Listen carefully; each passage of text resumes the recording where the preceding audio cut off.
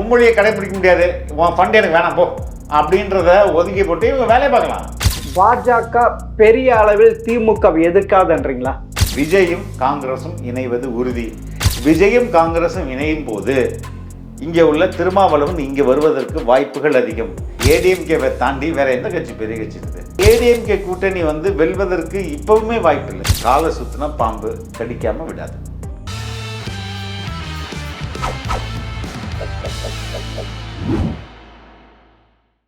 GeM TV நேயர்கள் வணக்கம். அரசியல் ஆடுகள பகுதி மூத்த பத்திரிகையாளர் பிளிக்ஸ் அவர்கள் சந்திப்பவர்கள். வணக்கம் சார். வணக்கம் சார். சார், தமிழக முதல்வர் 3 வருஷம் கழிச்சு டெல்லியில் நடந்த நிதி ஆயோக் கூட்டத்துக்கு கலந்துக்கிட்டேன். இதுக்கு பின்புலத்து ஏதாவது இருக்கா சார்? ஏதாவது இருக்கும்னு நினைக்கிறீங்களா, இருக்காதுன்னு நினைக்கிறீங்களா? நீங்க எல்லாரும் ஊரே பேசுது இருக்குதுன்னு இருக்கு. அப்ப இருக்குது தான். இதை ஊரே பேசினாலும் விஜய் ரொம்ப தெளிவா ஒரு அறிக்கை விட்டுருக்கிறார். அந்த அறிக்கை ரொம்ப முக்கியமானது. இதுக்கு முன்பு முதலமைச்சர் இந்த நிதி கூட்டத்துக்கு போகாததுக்கு ஒரு ரீசன் சொன்னார் இல்லையா? ஆமாம் சார். ஒரு வருஷத்துக்கு ஒரு காரணம். நம்மளுடைய தமிழக அரசுக்கு போதிய நிதி ஒதுக்கீடு செய்வதில்லை, பட்ஜெட்ல உரிய திட்டங்கள் இல்லை, இந்த ஜிஎஸ்டி பணத்தை நமக்கு தரமாட்டாங்க, நதிநீர் பங்கீட்டுல பிரச்சனை இருக்குது. இது மாதிரி இவர் சொல்லி இதனால் இந்த கூட்டத்தில் நான் போறதுனால எந்த பயனும் இல்லை அப்படின்னு சொல்லி தான் இவர் இதுக்கு முந்தின கூட்டத்துக்கு ஏன் போகலன்னு சொன்னாரு. வீடியோ வெளியிட்டார் சார். ஆமா, பெரிய பரபரப்பா பேசு. அந்த பிரச்சனைகள்லாம் இப்ப சரியாயிடுச்சா? என்ன சார், அந்த பிரச்சனைகள்லாம் சரியாயிடுச்சுன்னு அர்த்தமா இப்ப இவர் போனதுக்கு?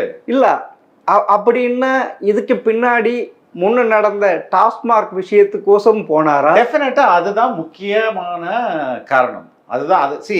இப்படி பாருங்களேன், இந்த நிதி கூட்டத்துக்கு மட்டும் போறார், போயிட்டு அங்கேருந்து மற்ற முதல்வர்களைப் போல நம்ம முதல்வரும் திருப்பி நம்ம ஸ்டேட்டுக்கு வந்துடுறாரு அப்படின்னா இதுல இந்த பேச்சுக்கே இடம் இல்லை. அவர் கரெக்டாக அந்த நிதி கூட்டத்துக்கு போறாரு, வர்றாருன்னு அர்த்தம்.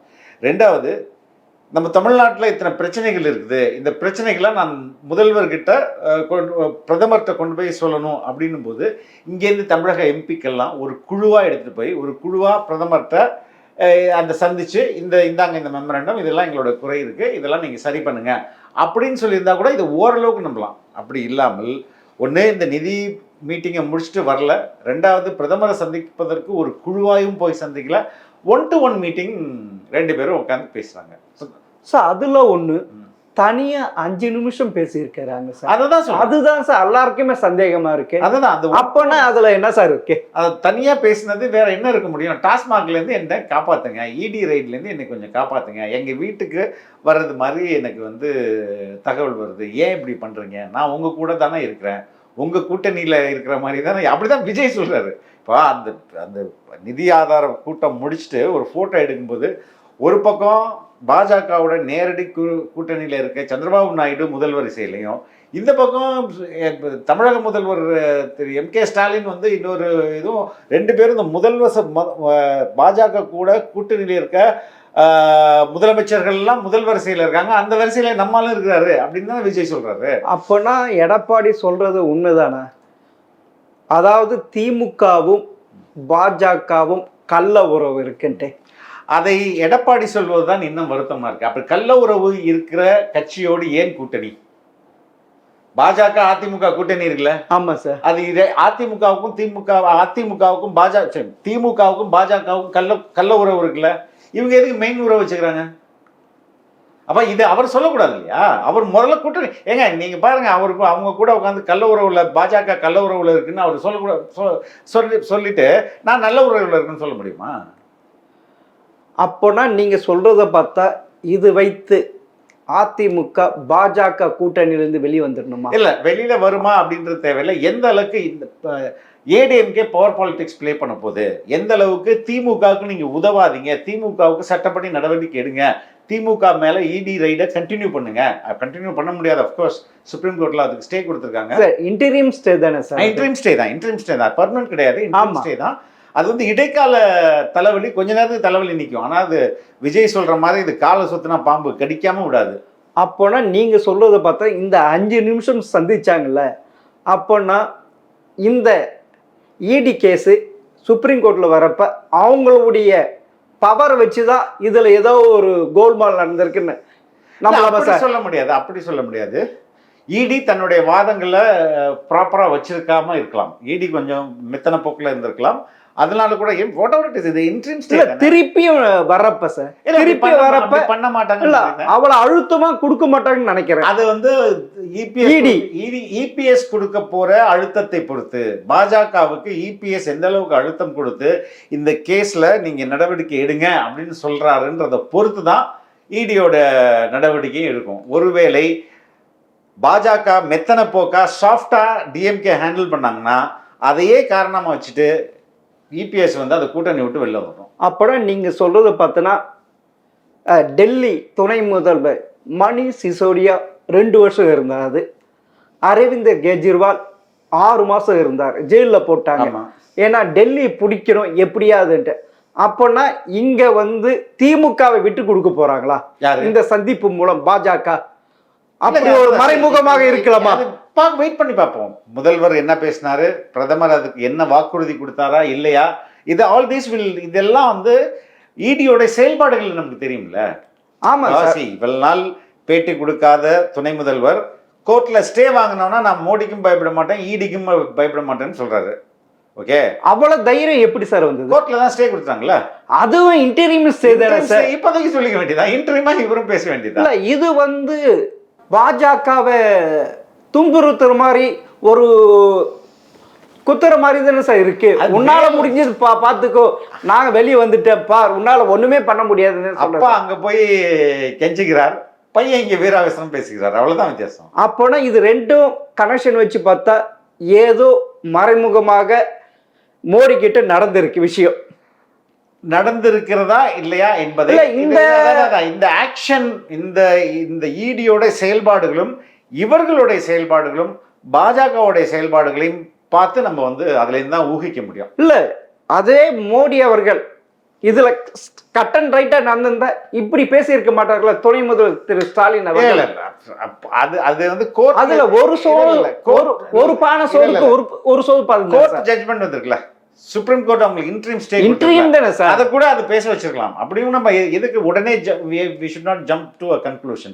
இந்த கோர்ட் ஸ்டே தான் ரொம்ப முக்கியமானது. அதன் அடிப்படையில் தான் ஆகாஷ் பாஸ்கரன்லாம் வந்து இப்போ வெளி உலகத்துக்கு நடமாட ஆரம்பிச்சிருக்காங்க. மற்றவங்களும் லண்டன்ல இருந்த ரித்தீஷ்லாம் இந்தியா வர இருக்கிறதா தகவல் வருது.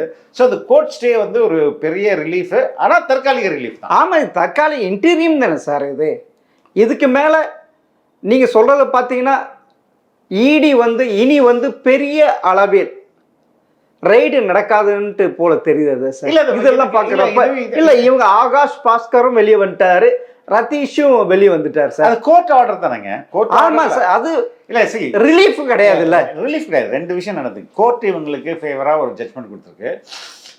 இவங்க போய் நமது முதல்வர் வந்து பிரதமரை பார்த்துருக்காரு. இது இப்போ கோர்ட்டோடைய ரிலீஃப் தான் ரொம்ப முக்கியம். அதனால இவங்கெல்லாம் வெளில வராங்க, பார்க்கலாம் 2-3 மாதம் இருக்குது, அதுக்குள்ளே நம்ம பார்த்துக்கலாம் அப்படின்ற மாதிரி. அவங்க வெக்கேஷன் முடியணும் இல்லையா, அப்போது 1 மாதம் இதுக்கு மேலே இருக்குது, பார்த்துக்கலாம் அப்படின்ற மாதிரி இவங்க வெளியில் வர்றாங்க. ஒன்று. இப்போ இதுக்கு அடுத்தது இடி இந்த கேஸில் வந்து இன்ட்ரீம் கேஸில் அவங்க ஒரு ரிப்போர்ட் ஃபைல் பண்ணும்போது அவங்க எப்படி ரிப்போர்ட் ஃபைல் பண்ணுறாங்க, அது ஸ்ட்ராங்காக இருக்குதா இல்லையா, அதில் இவங்களுடைய வாதம் எந்த அளவுக்கு ஸ்ட்ராங்காக இருக்குது, அதில் என்ன தீர்ப்பு வருது, இதெல்லாம் பொறுத்து தான் நம் முதல்வர் பிரதமர் சந்திப்போடைய உண்மையான அர்த்தம் வந்து வெளியில வரும். அதுக்கு கொஞ்சம் டைம் எடுக்கும். அப்போனா இது வச்சு நம்ம வந்து முதல்வர் வந்து மோடி கிட்ட சரணாகதி அடைந்து விட்டார் என்பது நல்லா புரிஞ்சுக்கலாம். அப்படிதான் இதை புரிஞ்சுக்க முடியும், வேற வழியில புரிஞ்சுக்கவே முடியாது. வேற வழியில புரிஞ்சுக்கணும்னு ட்ரை பண்ணணும் அவசியம் கிடையாது. ஏன்னா இவர் நிதி ஆயோக் அந்த மீட்டிங்க்கு மட்டுமே போகல, பிரதமரை சந்தித்து தனியாக பேசுவதற்கு அந்த மீட்டிங்கை இவர் பயன்படுத்திட்டார் அப்படின்றது தான் உண்மை சார். இதுவே பள்ளி கல்வித்துறைக்கு 2200 கோடி கொடுக்கலன்ட்டு சுப்ரீம் கோர்ட்ல கேஸ் போட்டுட்டு நிதி ஆயோக் வந்திருக்கா சார். அப்பனா இது என்ன, இது எப்படி சார் நினைக்கிறது? அது அரசியல் திமுக வந்து பாஜக எதிர்ப்பு அரசியலை பண்ணணும்னு முடிவு பண்ணாங்க. 2000 கோடின்னு நம்மளுக்கு பார்க்கறதுக்கு பெருசா தெரியலையா? ஆமா சார். தமிழ்நாடு பட்ஜெட்டுடைய, தமிழ்நாடு எஜுகேஷன் பட்ஜெட்டுடைய கடந்த ஆண்டு அவங்க போட்ட தொகை வந்து 40,000 கோடி. 48,000 கோடி சார். 48,000 கோடி. இது எவ்வளவுங்க? அது 2000 கோடி பீனட் மணி இல்லையா? ஆமா சார். இல்ல இல்ல நான் என்ன சொல்றேன், நீ மும்மொழியை ஒத்துக்கிட்டாதான் அந்த 2000 கோடி கொடுப்பேன்னா நான் 50,000 கோடி பட்ஜெட் போறேன்டா, நான் வந்து மும்மொழி ஏத்துக்க முடியாது, போ எனக்கு இந்த ஃபண்டே வேணாம் அப்படின்ற ஒரு முடிவுக்கு எடுக்கலாம் இல்லையா? அதை ஒதுக்கியும் இருக்கிறாங்க சார், இந்த பட்ஜெட்ல ஒதுக்கியும் இருக்காங்க. ரைட், பட்ஜெட்ல ஒதுக்கிறது 50,000 கோடி, 48,000 கோடி வைங்க. இந்த 2,000 கோடிக்கு சென்ட்ரல் 2,000 கோடின்றது 50,000 கோடி கம்பேர் பண்ணும்போது 2,000 கோடி ஒண்ணுமே இல்லை சார். அப்ப மும்மொழியை கடைபிடிக்க முடியாது, உன் ஃபண்ட் எனக்கு வேணாம் போ அப்படின்றத ஒதுக்கி போட்டு இவங்க வேலையை பார்க்கலாம். பட் அதுல அரசியல் பண்ணணும். அவங்க டீச்சர்ஸ்க்கு சம்பளம் கொடுக்குது, அது 2,000 கோடியில தான் சம்பளம் கொடுக்குறீங்களா? அப்போ தான் 48,000 கோடி என்ன பண்ண போறீங்க? ஸோ இதை இவங்க மத்திய அரசை எதிர்த்தாதான் இங்கே தமிழகத்தில் பாஜக எதிர்ப்பு மனநிலை ஒன்று இருக்கு. பாஜக எதிர்ப்பு இப்போ இவங்க அதிமுகவை எதிர்த்து ஒன்றுமே பண்ண முடியாது. ஏன்னா இவங்க பண்ணுறது இதே கொள்ளை தான். அதிமுக காலத்தில் எப்படி எல்லா துறைகளையும் கொள்ளை நடந்ததோ அதே மாதிரி தான் இப்பயும் நடக்குது. அதே அதிகாரிகள் தான், அதே ஏஜென்சிஸ் தான். ஓகே, அப்போ இவங்க சொன்னால் அதை அவங்க திருப்பி சொல்லிக்கிட்டே தான் இருக்க முடியும். இப்போ ஏடிஎம்கேயை இவங்க வந்து குறை சொல்லி இங்கே வாக்கு கேட்க முடியாது. எது இவங்களுக்கு கன்வின்சிங் பாயிண்டாக இருக்குன்னா பிஜேபியை குறை சொல்லி தான் இவங்க வாக்கு சேகரிக்க முடியும். பிஜேபி எதிர்ப்பு மனநிலை தமிழ்நாட்டில் அதிக அளவில் இருக்குது. அதை அறுவடை செய்வதற்கு பிஜேபி கொள்கையெல்லாம் எதிர்த்து பேசு, கேம்பெயின் பண்ணு அப்படின்னு சொல்லிட்டு இது ஒரு பக்கம் மக்களுக்கு இந்த முகத்தை காட்டிக்கொண்டு பின்வாசல் வழியாக போய் பேரம் பேசிட்டு வருது. அப்போனா நீங்கள் சொல்கிறது ஓகே சார். இப்போ வந்து திரு ஸ்டாலின் அவர்கள் மோடி கிட்ட அமலாக்கத்துறையை கொஞ்சம் அடைக்க வாசிக்க சொல்லியிருப்பான். அப்போனா மோடி அவர்கள் ஸ்டாலின் கிட்ட ஒரு கோரிக்கை வச்சிருக்கலாம்ல, அதாவது உங்கள் கூட்டணியிலிருந்து காங்கிரஸ் வெளியேற்றுங்கள், அவங்களுடைய மெயின் ஸ்ட்ரீம் அதுதானே சார்? இல்லை, அப்படியான கோரிக்கை வச்சிருக்க மாட்டாங்க. இன்கேஸ் இந்த மத்திய அரசு 2 மற்ற கட்சிகளை நம்பி இருக்குது. அது வந்து சந்திரபாபு நாயுடைய கட்சி, பீகாரில் உள்ள நிதிஷ்குமார்.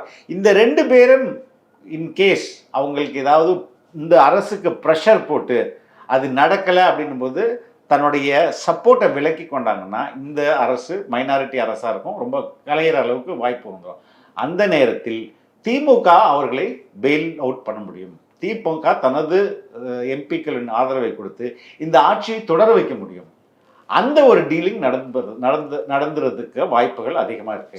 அதாவது 2026 திமுக அரசு ஜெயிச்சாதானே அதே மாதிரி செய்ய முடியும். இல்லை, இப்போ எம்பி இல்லை 2000. ஆமாம் சார், இப்போ 2026 சட்டமன்ற தேர்தல் இல்லை. நான் சொல்றது இப்போ இருக்கிற 40 எம்பி டிஎம்கேவோட. ஆமாம் சார், அதில் 22 எம்பி காங்கிரஸை கழிச்சிருங்க. மீதி உள்ளவங்க அவங்க சப்போர்ட் பண்ணலாம் இல்லையா? அதில் இவங்க மொத்தம் 22 எம்பி இருக்கு. ஆமா, இந்த 22 எம்பின்றது பெரிய நம்பர் இல்லைங்க. ஆமாம் சார், அது வந்து 2026 திமுக ஜெயிச்சா அது சப்போர்ட் பண்ணலாம். தோத்து போயிட்டா ஏமா அவங்க எம்பிஸ் அவங்க தானே இருக்க போறாங்க. என்ன சார், எம்பிஸ் அவங்க தான் இருக்க போறாங்க அந்த மத்திய. அதனால ஏன்னா பின்னாடி வர அவங்க வந்து பாஜக சொல்லி தான் இங்க எதிர்ப்பு சொல்லி தான் அறுவடை செஞ்சுட்டு இருக்காங்க. 2019 2020 உருட்டுறதுன்னு வந்துச்சுன்னா அதுக்கு தனி வாக்கியங்கள் இருக்கு.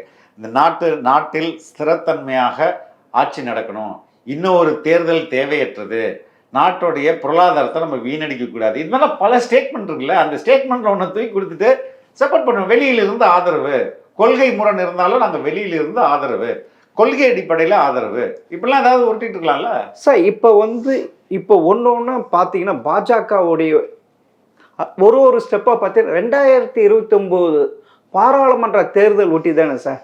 அதாவது இங்கு 40 தொகுதி, அது வரையும் 29 வரையும் அவங்க பிரச்சனைன்னு வந்துருச்சுன்னா பிளான் பி ஒன்று இருக்கணும்ல. ஆமாம் சார், பிளான் பி டிஎம்கேவை சப்போர்ட்டாக வச்சுக்கிறது தான் பிளான் பி. இல்லை அது ஏன்னா இப்போ வந்து இங்கே 10 எம்பி காங்கிரஸ் கிடைச்சதுனால அவங்க எதிர்கட்சி தலைவராக உட்காடுறாங்க. நீங்கள் பார்த்து 2019 சரி 2024 சரி, திருப்பியும் 2029 திருப்பி அவங்க வந்து நிறைய இடத்துல ஜெயிச்சு நம்மளுக்கு பெரிய 2029 வந்து டீலிமிட்டேஷன்லாம் வந்துடும். அதில் பெரிய மாற்றங்கள்லாம் இருக்கும். அது நம்ம 2029 கூட இதை இப்போ கம்பேர் பண்ண வேணாம். இந்த 2029 எண்டு வரையும் பிஜேபி கவர்மெண்ட் கரெக்டாக போகணும்ல. அந்த இதுக்கு திமுக பயன்படும்.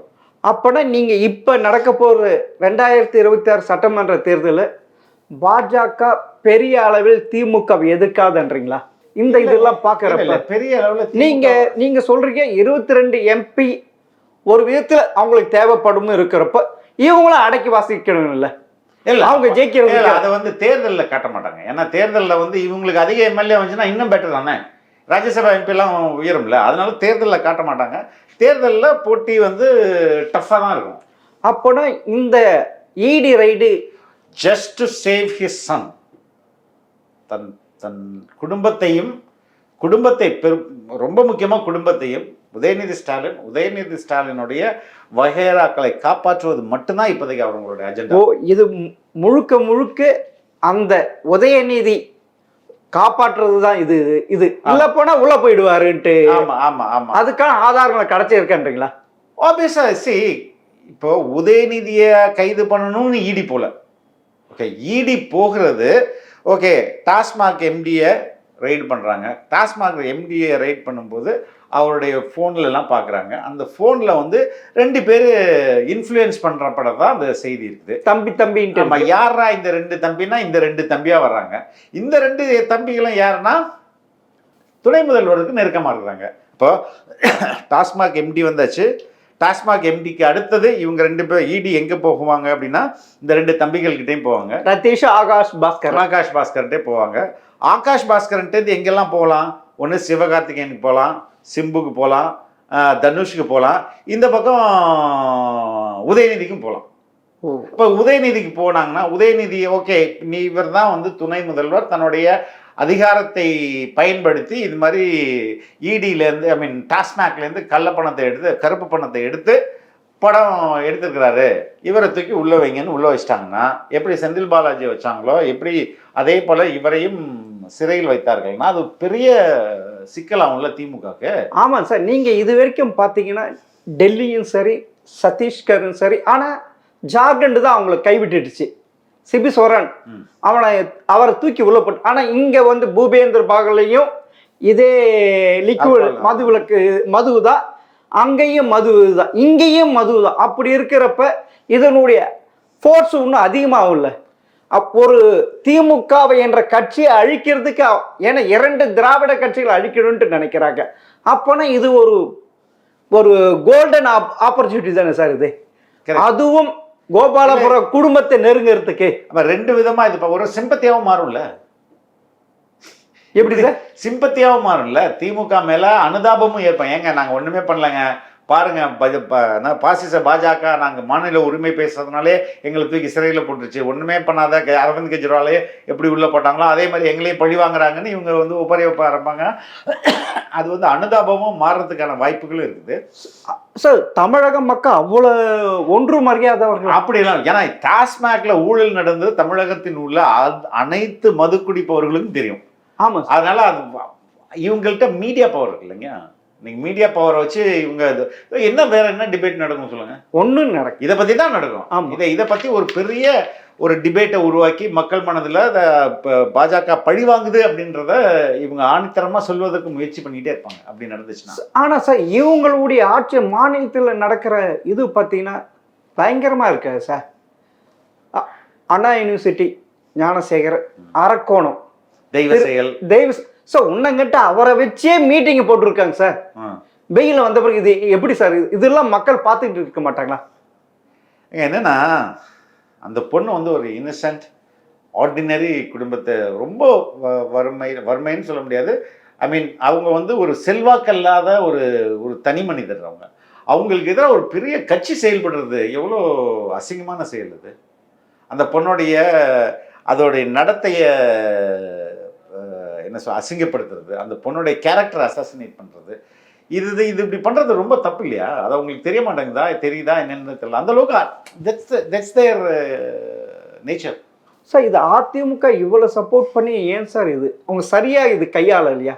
எதிர்கட்சி என்ற முறையில் அதிமுக என்னங்க ஒரு கண்டன ஆர்ப்பாட்டம் அங்கே நடத்துனாங்க அரக்கோணத்தில். அதை வச்சு அவங்களுடைய இன்னும் சென்னையில் தொடர்ச்சியாக பேசணும், செய்தியாளர் சந்திப்பு நடத்தணும். இன்னைக்கு இபிஎஸ் பேசியிருக்கிறாரு, அவர் என்னைக்காவது தான் செய்தியாளரை சந்திக்கிறாரு. இதே பொள்ளாச்சி விவகாரத்தில் டிஎம்கே எப்படி இதை அரசியலாக்குச்சு, எல்லா தலைவர்களும் போய் அங்கே பொள்ளாச்சியில் ஆர்ப்பாட்டம் பண்ணியிருந்தாங்க. எல்லா ஒரு மீடியாக்கள் முழுமையாக அதை பற்றி பேசிச்சு. இன்றைக்கி வந்து எப்பயாவது இபிஎஸ் பேசுகிறாரு, எப்பயாவது ஏடிஎம்கேக்காரங்க பேசுகிறாங்க. மீடியாக்கள் சுத்தமாக இதை பேசுகிறதே இல்லை. எந்த மீடியாவிலும் இந்த நியூஸ் வர்றதில்லை. அந்த பொண்ணை பற்றி ஆனால் இபிஎஸ் பேசினா மீடியாக்கள் போடுது, அந்த பையன் மேலே நடவடிக்கை எடுத்துட்டாங்க திமுகன்றத இது போடுது. அந்த பொண்ணுக்குன்னு ஒரு வேர்ஷன் இருக்கலாம், அது சொல்கிறதுக்குன்னு சில செய்திகள் இருக்குல்ல, அதை எத்தனை சேனல் இங்கே போட்டிருக்காங்க? ஆமாம் சார், எந்த இதுவும் பெரிய லெவலில் இது எடுக்கல. எந்த இடத்துல இது விவாதமாயிருக்குது? எத்தனை டிவி சேனல்ஸில் எத்தனை நாள் இது தொடர்ந்து விவாதிக்கப்பட்டிருக்கு? அப்படின்ற ஆளும் அரசு கிட்ட மெயின் ஸ்ட்ரீமியாக விலைக்கு போயிட்டாங்களா? அப்படிதான் எனக்கு சந்தேகமா இருக்குது. எதுக்கு ஆளும் அரசை எதிர்த்து நம்ம குரல் கொடுக்கவே கூடாது, அவங்கள விமர்சிக்கவே கூடாது, அவங்கள அப்படி ஒரு செய்தியே நம்ம இருட்டடிப்பு பண்ணிட்டோம்னா அது மக்களுக்கே தெரியாதுல்ல, அப்படின்ற ஒரு நிலைப்பாட்டில் தான் இங்கே உள்ள மீடியாக்கள் இயங்குவதா எனக்கு தெரியுதுங்க. சார் நீங்கள் இன்னொன்று சார், இப்போ திரு மோடி அவர்கள் ஸ்டாலினை சந்திச்சப்ப நீங்கள் உங்கள் கூட்டணியிலிருந்து காங்கிரஸை விலக்கி விட்டாதான் இந்த இடி ரைடு டைல்யூட் பண்ணுவேன் அப்படின்ட்டு ஒரு டிமாண்ட் வச்சிருக்கலாம்ல சார்? ஏன்னா அவங்களுடைய குறிக்கோள் காங்கிரஸ் இல்லாத பாரதம் தானே சார். அது உண்மையிலேயே காங்கிரஸுக்கு மிகப்பெரிய நல்ல செயலா இருக்குங்க திமுக கூட்டணி விட்டு போறது சார். அவங்க சொலையா ஒரு 10 இடம் வாங்குறாங்க. ஏங்க விஜய்னு ஒருத்தர் இருக்கிறார்லங்க, விஜய்க்கும் காங்கிரஸுக்கும் உண்மையிலே ஒரு நட்பு இருக்குது. ராகுல் காந்திக்கும் விஜய்க்கும் நட்பு இருக்குது, 2 முறை சந்திச்சிருக்காங்க. இப்போ காங்கிரஸ் யாரை ப்ரிஃபர் பண்ணுவாங்கன்னா டிஎம்கேவை விட விஜயை ப்ரிஃபர் பண்ணுவாங்க. அப்போனா இப்ப மோடி இன்கேஸ் மோடியோடைய அழுத்தத்தின் பேரில் திமுக காங்கிரஸை விட்டு அந்த கூட்டணியை விட்டு வெளியேறிச்சுன்னா அது காங்கிரஸுக்கு லாட்டரி. விஜயும் காங்கிரஸும் இணைவது உறுதி. விஜயும் காங்கிரஸும் இணையும் போது இங்கே உள்ள திருமாவளவன் இங்கே வருவதற்கு வாய்ப்புகள் அதிகம். இங்கே திருமாவளவன் வரும்போது அங்கிருந்து கம்யூனிஸ்டுகள் வருவதற்கும் வாய்ப்புகள் அதிகம். இங்கே தாவேகா தலைமையில் ஒரு கூட்டு ஆட்சி அமைவது உறுதியாயிடும். இது எல்லாமே காங்கிரஸும் டிஎம்கேக்கும் உள்ள உறவை பொறுத்து அமையும். அப்பனா இப்படியும் நடக்கிறதுக்கு வாய்ப்புகள் இருக்கு. நீ காங்கிரஸ் விட்டு உங்க கூட்டணி விட்டு விளக்கினாதான் இதுன்ட்டு. ஆமா, அப்புறம் இதுவும் நடக்கலாம் இல்ல சார்? நடக்கலாம். இன்னும் ஒரு 2-3 மாசத்துல இதுக்கான தெரியல. ஒரு 3 மாசத்துல தெரிஞ்சுங்க இடி எந்த டைரக்ஷன்ல போகுது, டிஎம்கே எந்த டைரக்ஷன்ல போகுது அப்படின்றது ரொம்ப சீக்கிரமே தெரிஞ்சிடும் சார். அப்படி அவங்க எந்த ஒரு இதுவும் எடுக்கலாம். இப்ப சித்தரந்த தாஸ் சாலையுடைய குடும்பம் ஜெயிலுக்கு போகிறது வாய்ப்பு இருக்கா? உதயநிதி, ஏன்னா ரதீஷ் ஒன்று இருக்கார், ஆகாஷ் பாஸ்கர் இருக்கார். ஏன்னா இடி அங்கதான் போகும். அடுத்தது சிறைக்கு போறது செகண்ட். இடி தன்னை விசாரிக்கிறது, துணை முதல்வரை விசாரிக்கிறதுனால பெரிய அசிங்கம் இல்லைங்க. இப்போ நீங்க நார்மலா பாத்தீங்கன்னா ஆட்சியில் இல்லாத முன்னாள் அமைச்சர்கள் வீட்டில் தான் ரைடெல்லாம் போவாங்க, இடி ரைடு போவோம், அவங்கள ஜெயிலுக்கு தூக்கி போடுவாங்க. ஆளுங்கட்சியில் இருக்கிற தமிழக அரசோட அலுவலகத்தில் இடி சோதனை நடத்துதுங்க. அது நம்ம திமுகவுக்கு இல்லை, நமக்கு தான் அசிங்கம். நம்மளோட கவர்மெண்ட் ஆஃபீஸ் தானே அது. அது ஒரு அட்டானமஸ் பாடின்ட்டு உச்சநீதிமன்றம் சொல்லுங்க. அது கவர்மெண்ட் பாடி தானே, கவர்மெண்ட் பாடி. அந்த கவர்மெண்ட் பாடியில் போய் இன்னொரு கவர்மெண்ட் ஏஜென்சி அதாவது லஞ்ச ஒழிப்பு துறை, அதாவது இப்போ என்னது சட்டத்துக்கு புறம்பான பணப்பரிமாற்றம் பண்ணாத வழக்கில் போய் அவங்க தேடுறதே நமக்கு அசிங்கங்க. பிரைவேட்ல நீங்க தேடலாங்க, மினிஸ்டரோட வீட்டில் தேடலாம், எம்டியோடைய வீட்டில் தேடலாம், ஆஃபீஸ் கவர்மெண்ட் ஆஃபீஸில் போய் தேடுறது நமக்கு தானே அசிங்கம் சார். இப்போ மதுரை ஹைகோர்ட் இன்னைக்கு பார்த்தீங்கன்னா டாஸ்மாகே மிகப்பெரிய ஊழல்கள் நடந்து கொண்டதுக்கு சட்டத்துக்கு புறம்பா அப்படின்னு சொல்லியிருக்காங்களே சார். ஏங்க இது கை பொண்ணுக்கு கண்ணாடி எதுங்க, எல்லாருக்குமே தெரியுமே. இதில் சட்டத்துக்கு புறம்பா நடக்குதுன்னு எல்லாருக்கும் தமிழ்நாட்டில் உள்ள எல்லாருக்கும் தெரியும். அப்படி டைல்யூட் பண்ணா, இடியுடைய டைல்யூட் பண்ணா பாஜக தானே இது பேக் ஃபயர் ஆகும். அதிமுக கூட்டணி இவங்க சரியான நடவடிக்கை டைல்யூட் பண்ணா பாஜகவுக்கு தான் பேக் ஃபயர் ஆகும். அப்பனா அதிமுக கூட்டணி வெல்வதற்கு வாய்ப்பு இல்லாம போறதுக்கு வாய்ப்பு இருக்குல்ல 2026? இல்ல, ஏடிஎம்கே கூட்டணி வெல்வதற்கு இப்பவுமே வாய்ப்பு இல்லை. ஏன்னா இங்க மைனாரிட்டி ஓட்டுன்னு ஒன்று இருக்குல்ல, அந்த மைனாரிட்டி ஓட்டு ஏடிஎம்கே பிஜேபி கூட்டணி இதுல இருக்கும்போது போகாது. ஏடிஎம்கே தனியாக தான் அந்த மைனாரிட்டி ஓட்டுன்றதா அவங்களுக்கு போகும். இப்போ அந்த மைனாரிட்டி ஓட்டு யாருக்கு அதிகமாக போகிறதுக்கு வாய்ப்புனா விஜய்க்கு போகிறது வாய்ப்புகள் இருக்குது. ஸோ இங்கே ஏடிஎம்கே ஆஸ் ஆஃப் டுடே இப்போ இருக்கிற நிலைப்பாட்டில் போனால் திமுக கடந்த முறை தேர்தலில் வெற்றி பெற்றதை விட ரொம்ப கஷ்டப்பட்டு தான் வெற்றி பெறும். ஸோ போன வாட்டி கஷ்டப்பட்டு தான் வெற்றி அதை விட கம்மியான ஏன்னா டிடிவி தினகரனுடைய இதனால தானே ஏடிஎம்கே கூட்டணி ஸ்பாயில் ஆச்சு. இல்லை அப்போ இதுக்கு முன்னாடி வந்து விஜய் இல்லை இல்லை இல்லை இதான் விஜய் வராரு. இந்த 26 தேர்தலாம் விஜயோடைய என்ட்ரி இருக்குது. அவருடைய எந்த அளவுக்கு ஓட்டை எங்கெங்கெல்லாம் பிரிக்கிறாரு, எந்த அளவுக்கு தனக்கு ஓட்டு வங்கி அதிகரிக்கிறாரு, இதெல்லாம் பார்க்கணும்ல. சார் உங்களுடைய அனுபவத்தில் விஜய் யாருடைய ஓட்டு ஸ்பாயில் பண்ணுறதுக்கு அதிகமான வாய்ப்பு இருக்கு? எல்லாருடைய கட்சிகள் இருந்தாங்க, குறிப்பாக எல்லாருடைய கட்சிகள்லேருந்து ஓட்டு பிரிவதற்கு வாய்ப்பு இருக்குது. அதில் அதிகமாக திமுகலேருந்தும் பிசிகலேருந்தும் போகிறதுக்கான வாய்ப்புகள் இருக்குது. அதிமுக எல்லாம் ஏன்னா இங்கே ஒரு 6 கோடி 50 லட்சம் ஓட்டுனா அந்த 6 கோடி 50 லட்சம் ஓட்டர்ஸ் தானே இங்கே இருக்க போகிறாங்க. ஆமாம் சார். புதுசாக வெளி கிரகத்திலேருந்து வர முடியாது. ஒரு புதுசாக ஒரு 2 லட்சம் ஓட்டர்ஸ் வந்து இல்லைன்னா ஒரு 2லேருந்து 10 லட்சம் ஓட்டர்ஸ் வேணால் புதுசாக வந்திருக்கலாம், புதிய வாக்காளர்களாக. அந்த புதிய வாக்காளர்களும் பெரும்பகுதி விஜய்க்கு போகிறதுக்கு தான் வாய்ப்பு இருக்கு. அப்போ எல்லா கட்சியிலேருந்தும் விஜய்க்கு வந்து வாக்காளர்கள் வருவாங்க. அப்போனா அதிமுக, பாஜக, பாமக, விஜயகாந்த் கட்சி, புதிய தமிழகம், ஜான் பாண்டியன், இது பாரிவந்த இந்த கட்சியெல்லாம் சேர்றப்ப அதிமுகவுக்கு எட்ஜ் எடுக்கிறதுக்கு ஒரு வாய்ப்பு இருக்குல்ல கூட்டணி? இல்லைங்க, அது இப்போ அந்த கூட்டணி அந்த கட்சியில் ஏடிஎம்கேவை தாண்டி வேற எந்த கட்சி பெரிய கட்சி இருக்குது? பிஜேபிக்கு தனியாக பிஜேபி தனியாக அப்படி பார்த்தோம்னா அவங்களுக்கு வந்து 3% தான். ஓகே, டிடிவி இது மாதிரி பாமக எல்லாம் புட்டுகேதர் தான். அந்த புட்டுகேதரில் வந்து அப்படி பார்த்தா கூட இன்னைக்கு இருக்கிறதுல விஜய் ஒரு பெரிய பர்சன்டேஜ் ஓட்டை பிரிப்பார். அப்படி இருக்கும்போது என்ன சொல்கிறது, அது ரொம்ப டஃப்பாக இருக்கும். ஆனால் it will not become an edge for ADMK. Sir 2021 அப்படி 10 ஆண்டுகள் ஆட்சிகள் இருந்தாலும் ஏறக்குறைய அதிமுக கூட்டணி 75 இடங்கள் இருக்குதுல்ல. இப்போ திமுக இல்லைங்க, அதுதான் நீங்கள் இதுக்கு முன்னாடி நடந்த தேர்தலை வைத்துக்கொண்டு இந்த தேர்தலை பார்க்க முடியாது. ஏன்னா இங்கே வந்து 2 விஷயம் நடக்குது. ஒன்று, நாம் தமிழர் கட்சி வளர்ந்துக்கிட்டே வருது. விஜய் உண்மையிலே ஒரு எம்ஜிஆருக்கு இணையான மற்றொரு சூப்பர் ஸ்டார் இங்கே வராரு. அப்போ அவங்க 2 பேர் இம்பாக்டே நீங்கள் மறந்துட்டு முன்னாடி பழைய எலெக்ஷன் வச்சு பேச முடியாதுல்ல. அப்போனா இவங்க 2 பேர் நீங்கள் சொல்கிற மாதிரி நாம் தமிழர் விஜய் பிரிக்கிற ஓட்டு யாருக்கு ஃபேவரபுளாக போகும்? விஜய்க்கே ஃபேவரபுளாக வரலாம் இல்லையா சார்? எல்லாருமே சொல்கிறாங்க 30%, 25% அவர் வாங்கினார்னா.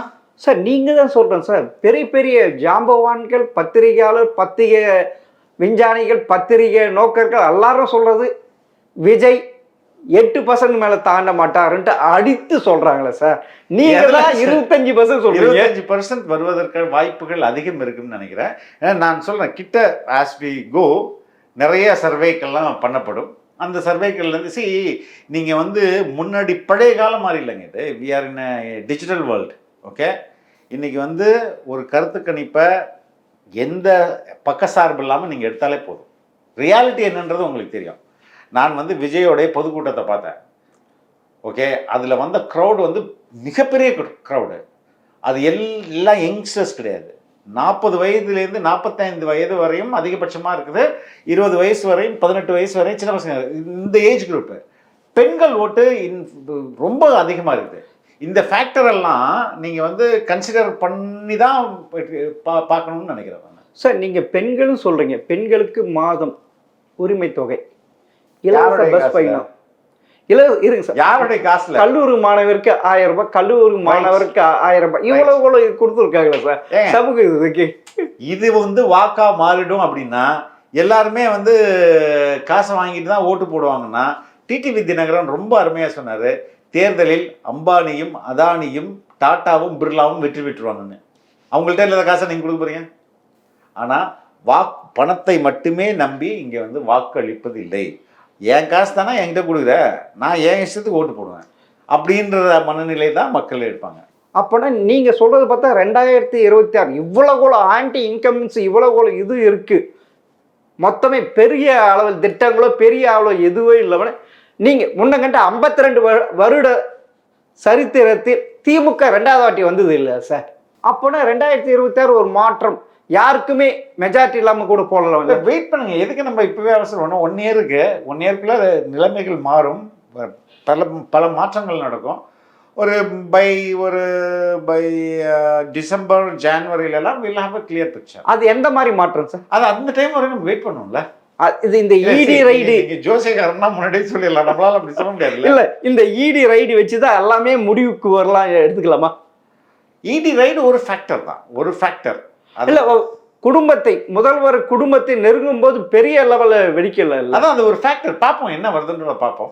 ஏன்னா இடி ரைடு டாஸ்மாக் போய் இது இறங்க எல்லாரும் வரவத்தாங்க சார். ஏதோ ஒரு நடக்க போகுது அப்படித்தானே எதிர்பார்த்துட்டு இருந்தேன் தமிழகம். இவங்களோட இவங்க சைடில் வந்து இவங்க குற்றமற்றவர்களாக இருந்தால் எதுக்கு போய் நீதிமன்றத்தில் தடை வாங்கணும்? நான் என் சைடில் என்கிட்ட எந்த குற்றமும் இல்லை, வந்து விசாரி அப்படின்னு இவங்க வந்து அதுக்கு ஓப்பன் பண்ணியிருக்கோங்களா? இவங்க போய் பயந்து ஓடி போய் சுப்ரீம் கோர்ட்டில் ஸ்டே வாங்கினதே இவங்க சைடில் பிரச்சனை இருக்குன்னு தானே அர்த்தம். அதனால் விஜய் சொன்னதை வச்சு நம்ம முடிச்சுக்கலாம்னு நினைக்கிறேன். இது காலை சுற்றினா பாம்பு கடிக்காமல் விடாது. ஓகே, சரி சார், நீங்கள் சொல்கிறத பார்த்து மிக்க நன்றி சார். தேங்க்யூ.